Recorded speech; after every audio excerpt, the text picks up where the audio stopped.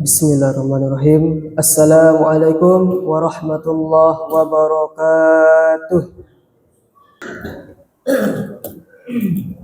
Innal hamdalillah nahmaduhu wa nasta'inu wa nastaghfiruh wa na'udzu billahi min shururi anfusina wa min sayyiati a'malina. May yahdihillahu fala mudilla lahu wa may yudlil fala hadiya lahu. Asyhadu an la ilaha illallah wahdahu la syarika lah wa asyhadu anna Muhammadan abduhu wa rasuluhu la nabiyya ba'da.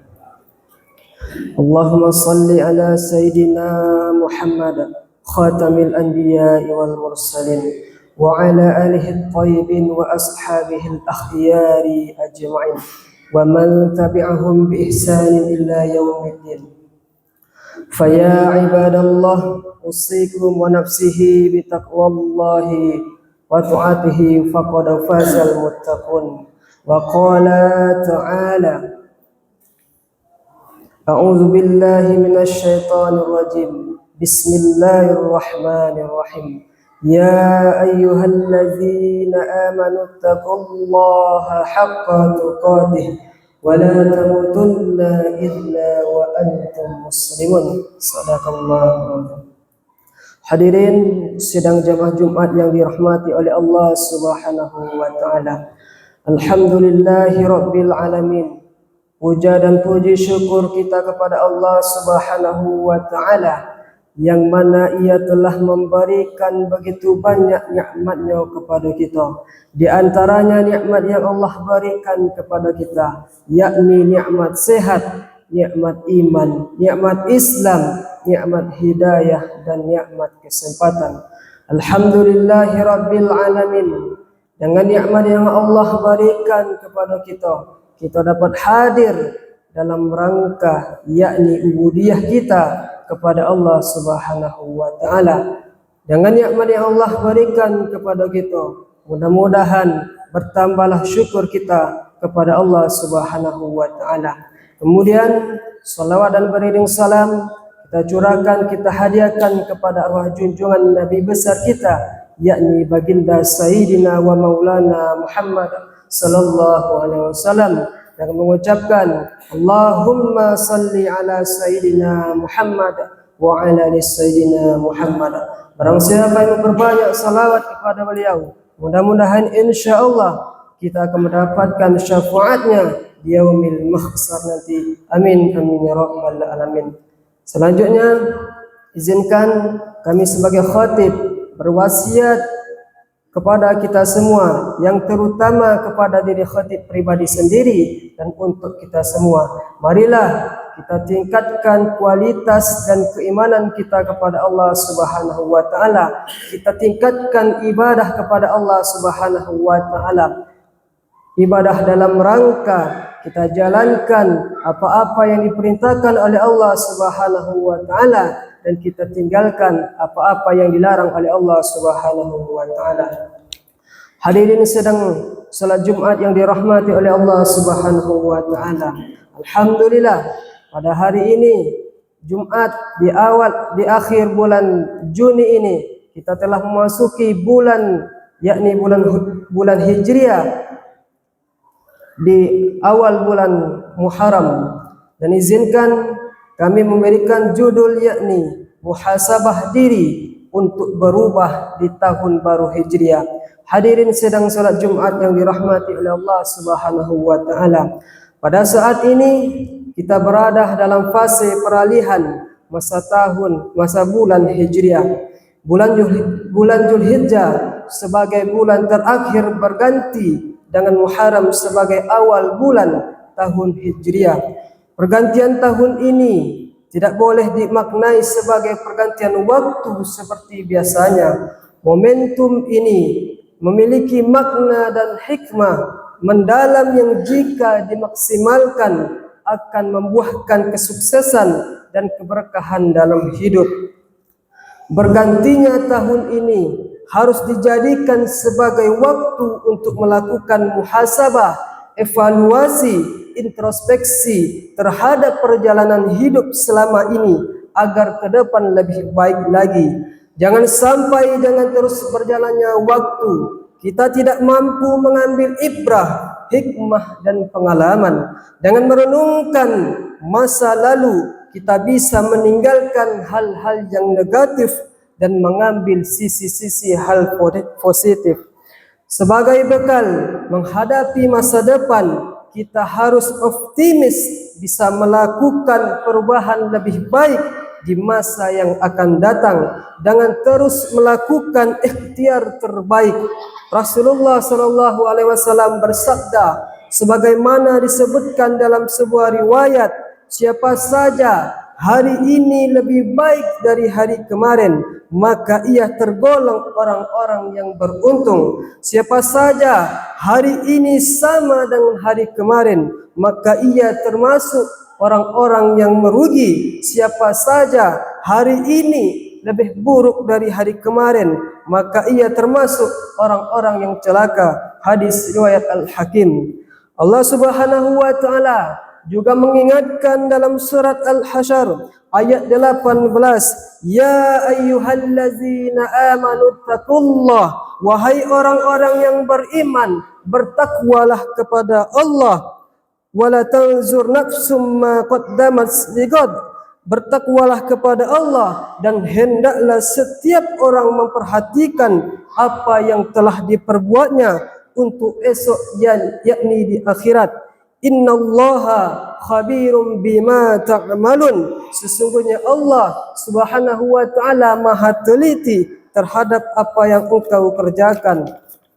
Hadirin sedang salat Jumat yang dirahmati oleh Allah Subhanahu wa taala, selain melakukan muhasabah terhadap apa yang telah dilakukan pada masa lalu, kita juga harus melakukan persiapan untuk menghadapi masa depan di tahun baru Islam ini. Hal ini penting karena sebuah perjalanan pasti membutuhkan bekal yang cukup agar sampai kita ke tujuan yang baik. Dalam mengarungi kehidupan melalui ikhtiar ini, kita juga harus menyadari bahawa kita tidak tahu apa yang akan terjadi besok hari. Kita diperintahkan untuk melakukan ikhtiar, dan setelah itu kita diingatkan untuk bertawakal kepada Allah Subhanahu wa taala dan berserah diri kepada Allah Subhanahu wa taala. Di dalam hadis yang sahih, datanglah seorang pemuda bertanya kepada Rasulullah sallallahu alaihi wasallam, "Ya Rasulullah, siapakah sebaik-baik manusia?" Dan kemudian Rasulullah menjawab, yakni orang yang panjang umurnya dan baik amalannya. Kemudian pemuda itu bertanya lagi, "Ya Rasulullah, siapakah seburuk-buruk manusia itu?" Kemudian Rasulullah menjawab, orang yang panjang umurnya namun buruk amalannya. Hadirin sedang salat Jumat yang dirahmati oleh Allah Subhanahu wa taala, ketika kita merenungkan jawaban Rasulullah sallallahu alaihi wasallam atas pertanyaan pemuda di dalam hadis ini, maka didapatkan bahawa sebaik-baik manusia itu adalah mereka yang Allah panjangkan umurnya dan baik amalannya. Sebaliknya yang terburuk, yang Allah berikan umur yang panjang namun umurnya dihabiskan di dalam kemaksiatan.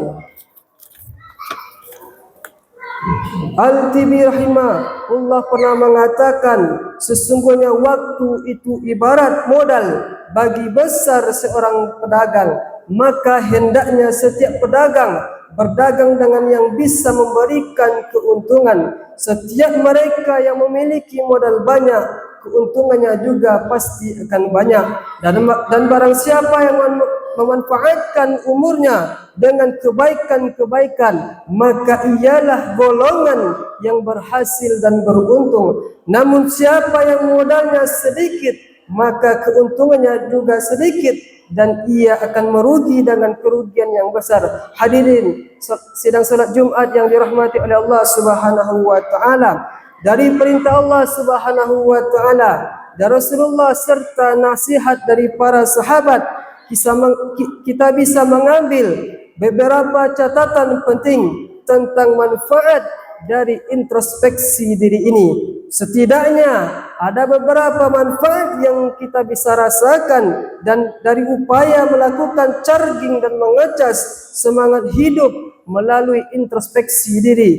Yang pertama, yakni sebagai wahana mengoreksi dan upaya memperbaiki diri.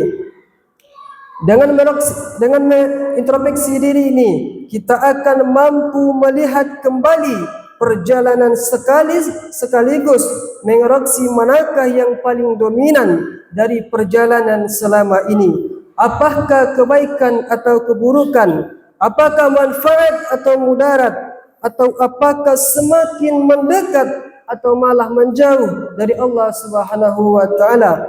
Kita harus menyadari bahawa semua yang kita lakukan ini akan dipertanggungjawabkan di hadapan Allah Subhanahu wa taala. Hal ini ditegaskan di dalam surat Al-Yasin ayat 65. Al-yawma nakhtimu ala afwahihim wa tukallimuna aydihim wa tashhadu arjuluhum bima kanu yaksibun. Pada hari ini kami tutup mulut mereka dan berkatalah kepada kami tangan mereka dan memberi kesaksian kaki mereka terhadap apa yang dahulu mereka usahakan. Dengan introspeksi diri ini, kita akan mampu melihat kelebihan dan kekurangan diri yang kemudian harus diperbaiki di masa yang akan datang.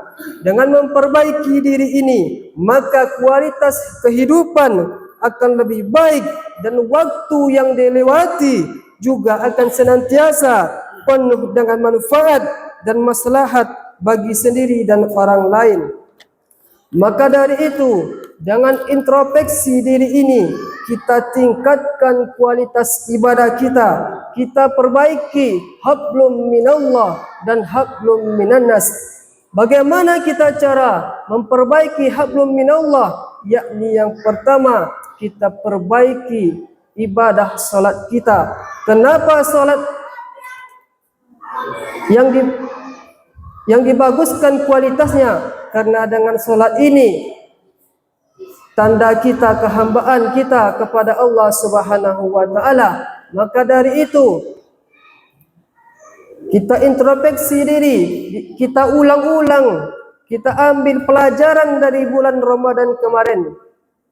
Sebelum memasuki bulan Ramadan, sebelum 2 hari memasuki bulan Ramadan, kita semangat untuk membersihkan masjid. Kita semangat membersihkan masjid-masjid yang ada di kampung kita. Maka dari itu, ramai dalam berpuasa kita masuk di dalam masjid ini. Kita ramaikan masjid di bulan Ramadan. Maka dari itu, di luar bulan Ramadan, kita juga harus meramaikan masjid-masjid yang terutama di desa kita sendiri. Karena apa?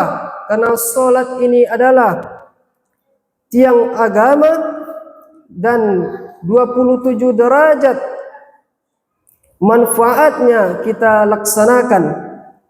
Kemudian kita juga berpuasa di bulan Muharram ini sebagaimana hadis yang diriwayatkan oleh hadis riwayat Muslim. Maknanya puasa yang paling utama setelah Ramadan adalah puasa bulan Muharram, dan salat yang paling utama setelah salat fardu adalah salat malam. Hadis di atas secara jelas menyatakan bahawa kita disunahkan berpuasa di bulan Muharram, terutama pada hari ke-10 Muharram yang disebut dengan puasa Asyura.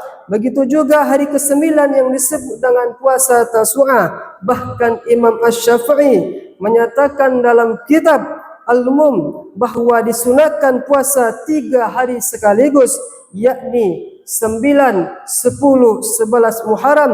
Ketika ditanya mengenai puasa Asyura, Rasulullah menjawab, yukaffarus satu mal madiyah, menghapuskan dosa setahun yang berlalu. Yang kedua, memperkuat komitmen diri. Setiap orang pasti ada punya kesalahan. Maka dari itu, berkomitmenlah dan semangat untuk memperbaiki diri ke arah yang lebih baik. dan berkomitmenlah untuk tidak mengulangi kembali kesalahan yang telah dilakukan pada masa lalu. Buang masa lalu yang negatif, lakukan hal positif hari ini dan hari yang akan datang. Dan yang terakhir, sebagai sarana meningkatkan rasa syukur dan tahu diri, kita harus sadar sesadar-sadarnya bahawa keberadaan kita sampai dengan saat ini sama sekali tak bisa lepas dari nikmat-nikmat Allah yang telah dikaruniakan Allah kepada kita. Oleh kerana itu, introspeksi diri akan membawa kita mengingat nikmat yang tak bisa dihitung satu persatu. Jangan sampai kita menjadi golongan orang-orang yang tak tahu diri dan kufur kepada nikmat Allah Subhanahu wa taala, dan semoga kita semuanya masuk ke dalam syurga Allah Subhanahu wa taala. Amin amin ya rabbal alamin. Faktabiru ya ulil absar la'allakum turhamun. Alhamdulillahillazi hadana lihaza wa ma kunna linahtadi an hadana Allah. Asyhadu an la ilaha illallah wahdahu la syarika lah wa asyhadu anna Muhammadan 'abduhu wa rasuluhu la nabiyya ba'dah. Fa ya ayyuhan nas usikum wa nafsihi bi taqwallahi wa ta'atihi faqad fazal muttaqun. Wa qala innallaha wa malaikatahu yusalluna 'alan nabi ya ayyuhallazina amanu sallu 'alaihi wa sallimu taslima. Allahumma salli ala sayyidina Muhammad wa ala ali sayyidina Muhammad kama sallaita ala Ibrahim wa ala Ibrahim wa barik ala Muhammad wa ala ali Muhammad kama barakta ala Ibrahim wa ala ali Ibrahim fil alamin innaka Hamidum Majid. Allahumma ighfir li lil muslimin wal muslimat wal mu'minin wal mu'minat al ahya'i minhum wal amwat bi rahmatika ya arhamar rahimin. Rabbana zalamna anfusana wa illam taghfir lana wa tarhamna lanakunanna minal khasirin. Rabbana hab lana min azwajina wa zurriyyatina qurrata a'yun waj'alna lil muttaqina imama. Rabbana atina fid dunya hasanah wa fil akhirati hasanatan wa qina azabannar. Subhana rabbika rabbil izzati amma yasifun wa salamun alal mursalin walhamdulillahi rabbil alamin. Aqimis salah.